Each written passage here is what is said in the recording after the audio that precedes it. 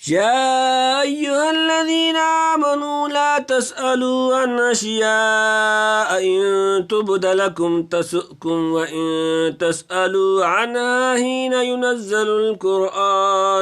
ينزل القرآن تبد لكم عفى الله عنها والله غفور حليم. قد سألها قوم من قبلكم ثم أصبحوا بها كافرين. ما جعل الله من بهيرة ولا سائبة ولا وسيلة ولا هام ولكن الذين كفروا يفترون على الله الكذب وأكثرهم لا يعقلون. وإذا قيل لهم تعالوا إلى ما أنزل الله وإلى الرسول قالوا حسبنا ما وجدنا عليه آباءنا أولو كان آباؤهم لا يعلمون شيئا ولا يهتدون. يا أيها الذين آمنوا عليكم أنفسكم لا يضركم من ضل إذا اهتديتم إلى الله مرجعكم جميعا فينبئكم بما كنتم تعملون. يا أيها الذين آمنوا شهادة بينكم إذا حضر أحدكم الموت حين الوصية اثنان ذوى عدل منكم أو آخران من غيركم إن أنتم ضربتم في الأرض فأصابتكم مصيبة الموت تحبسونهما من بعد الصلاة فيقسمان بالله إن ارتبتم لا نشتري به ثمنا ولو كان ذا قربى ولا نكتم شهادة الله إنا إذا لمن الآثمين. فإن عثر على أنهم استحقا إثما فآخران يقومان مقامهما من الذين استحق عليهم الأوليان فيقسمان بالله لشهادتنا أحق من شهادتهما وما اعتدينا إنا إذا لمن الظالمين. ذلك أدنى أن يأتوا بالشهادة على وجهها ويخافوا أن ترد أيمان بعد أيمانهم واتقوا الله واسمعوا والله لا يهدي القوم الفاسقين.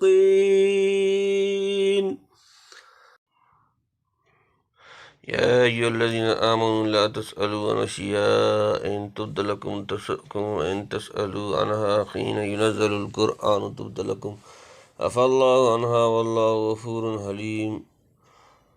یا ایہا الذین آمنوا ایمان والے لا تسألوا نہ پوچھو عن سے متعلق اشیاء چیزیں ان تبدو جو ظاہر کی جائیں لکم تمہارے لیے تسؤکم تمہیں بری لگیں وَإِنْ اور اگر تسألوا تم پوچھو گے عنہا ان کے متعلق ہینا جب ينزل القرآن نازل کیا جا رہا ہے قرآن تبد لکم ظاہر کر دی جائیں گی تمہارے لیے فاللہ اللہ نے درگزر کی عنہا اس سے واللہ اور اللہ غفور بخشنے والا حلیم بردبار۔ اے ایمان والو مت پوچھو ایسی باتیں کہ اگر تم پر کھولی جاویں تو تم کو بری لگیں، اور اگر پوچھو گے یہ باتیں ایسے وقت میں کہ قرآن نازل ہو رہا ہے تو تم پر ظاہر کر دی جاویں گی۔ اللہ نے ان سے درگزر کی ہے اور اللہ بخشنے والا تحمل والا ہے۔ پچھلے 2 رکوع کا حاصل احکام دینیہ میں غلو اور تساہل سے روکنا تھا، یعنی جو طیبات خدا نے حلال کی ہیں ان کو اپنے اوپر حرام مت ٹھہراؤ، اور جو چیزیں خبیث و حرام ہیں خواہ دائمی طور پر یا خاص احوال و اوقات میں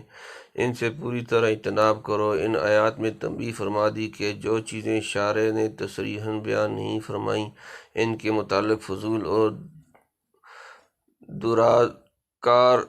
دور از کار سوالات مت کیا کرو۔ جس طرح تحلیل و تحریم کے سلسلے میں شارع کا بیان موجب ہدایت و بصیرت ہے، اس کا سکوت بھی ذریعہ رحمت و سہولت ہے۔ خدا نے جس چیز کو کمال حکمت و عدل سے حلال یا حرام کر دیا وہ حلال یا حرام ہو گئی، اور جس سے سکوت کیا اس میں گنجائش اور توسیع رہی۔ مجتہدین کو اجتہاد کا موقع ملا، عمل کرنے والے اس کے فعل و ترک میں آزاد رہے۔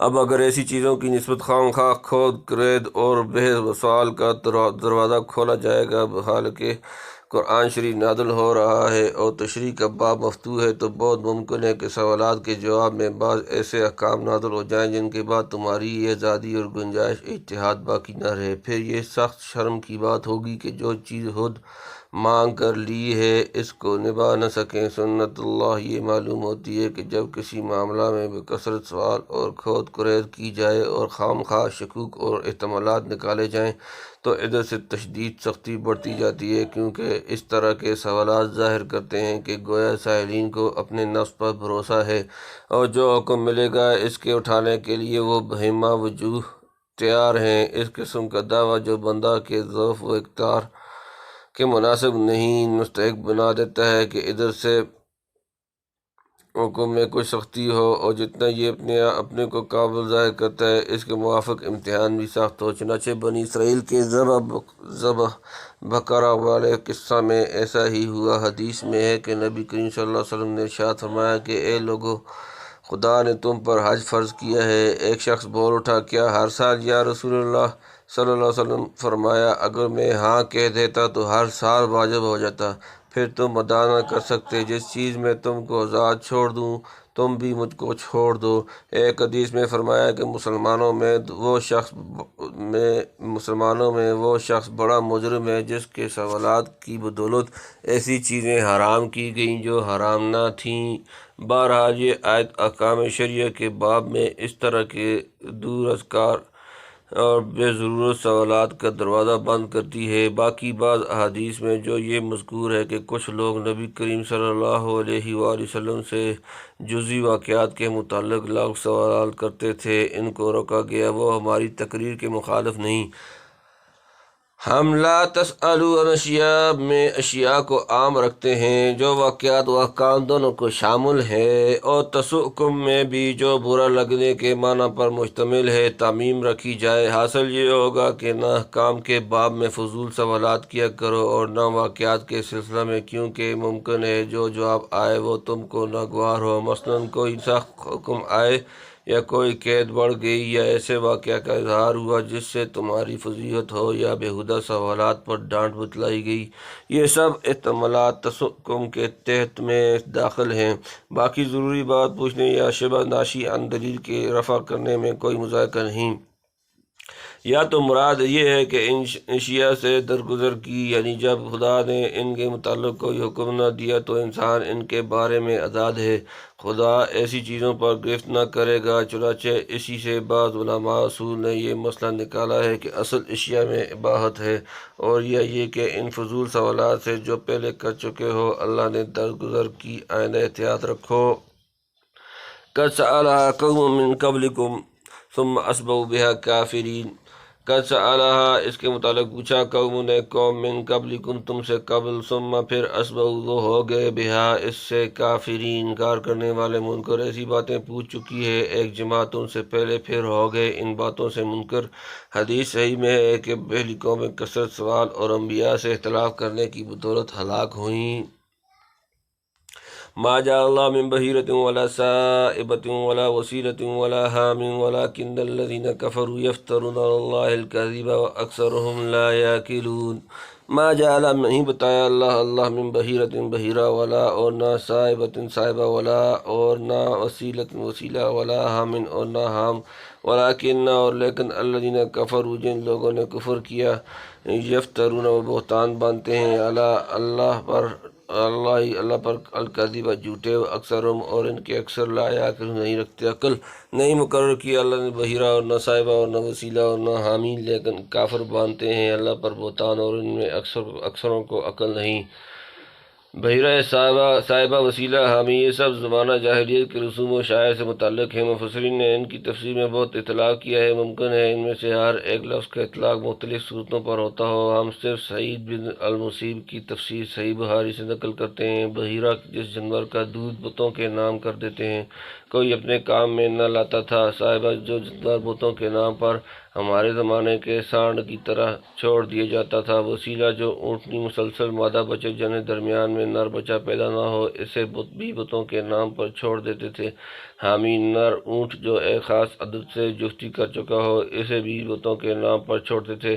علاوہ اس کے کہ یہ چیزیں شعائر شرک میں سے تھیں۔ جس جانور کے گوشت یا دودھ یا سواری وغیرہ سے منتفع ہونے کو حق تعالیٰ نے جائز رکھا ہے، اس کی حلت و حرمت پر اپنی طرف سے قیود لگانا گویا اپنے لیے منصب تشریع کو تجویز کرنا تھا، اور بڑی ستم ظریفی یہ تھی کہ اپنے ان مشرکانہ رسوم کو حق تعالیٰ کی خوشنودی اور قربت کا ذریعہ تصور کرتے تھے۔ اس کا جواب دیا گیا کہ اللہ نے ہرگز یہ رسوم مقرر نہیں کی۔ ان کے بڑوں نے خدا پر یہ بہتان باندھا اور اکثر بے عقل عوام نے اسے قبول کر لیا۔ الغرض یہاں تنبیہ کی گئی کہ جس طرح فضول و بیکار سوالات کر کے احکام شرعیہ میں تنگی و سختی کرانا جرم ہے، اس سے کہیں بڑھ کر یہ جرم ہے کہ بدون حکم شارع کے محض اپنی آراء و اہواء سے حلال و حرام تجویز کر لیے جائیں۔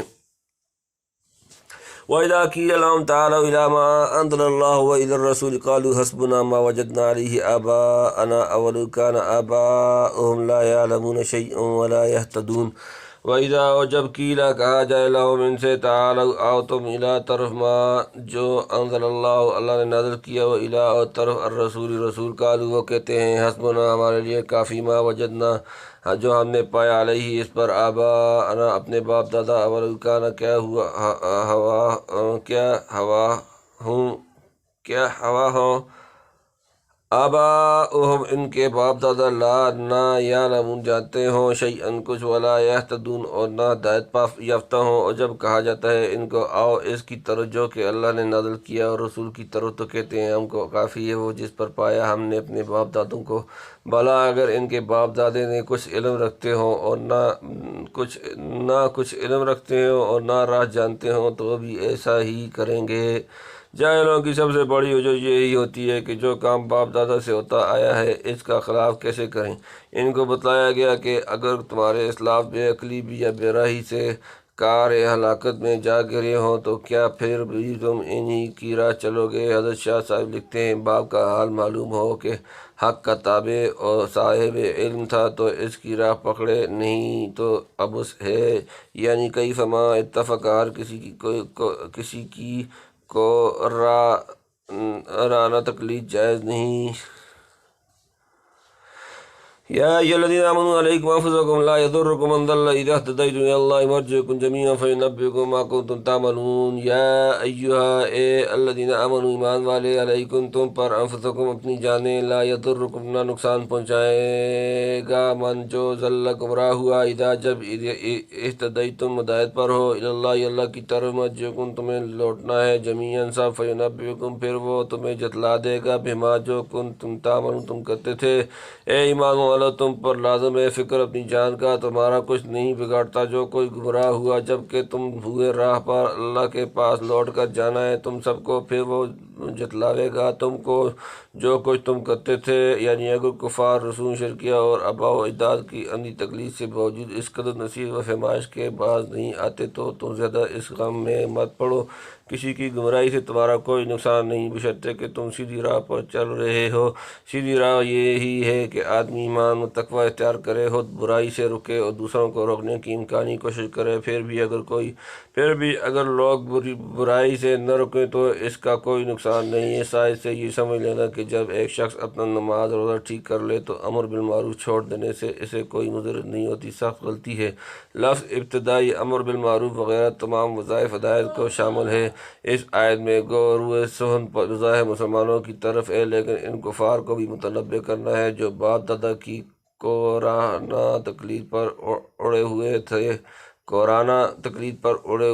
اڑے ہوئے تھے، یعنی اگر تمہارے باپ دادا رائے حق سے بھٹک گئے تو ان کی تقلید میں اپنے کو جان بوجھ کر کیوں ہلاک کرتے ہو؟ انہیں چھوڑ کر تم اپنی عاقبت کی فکر کرو اور نفع نقصان کو سمجھو۔ باپ دادا اگر گمراہ ہوں اور اولاد ان کے خلاف رائے حق پر چلنے لگے تو آباء و اجداد کی یہ مخالفت اولاد کو قطعاً مضر نہیں۔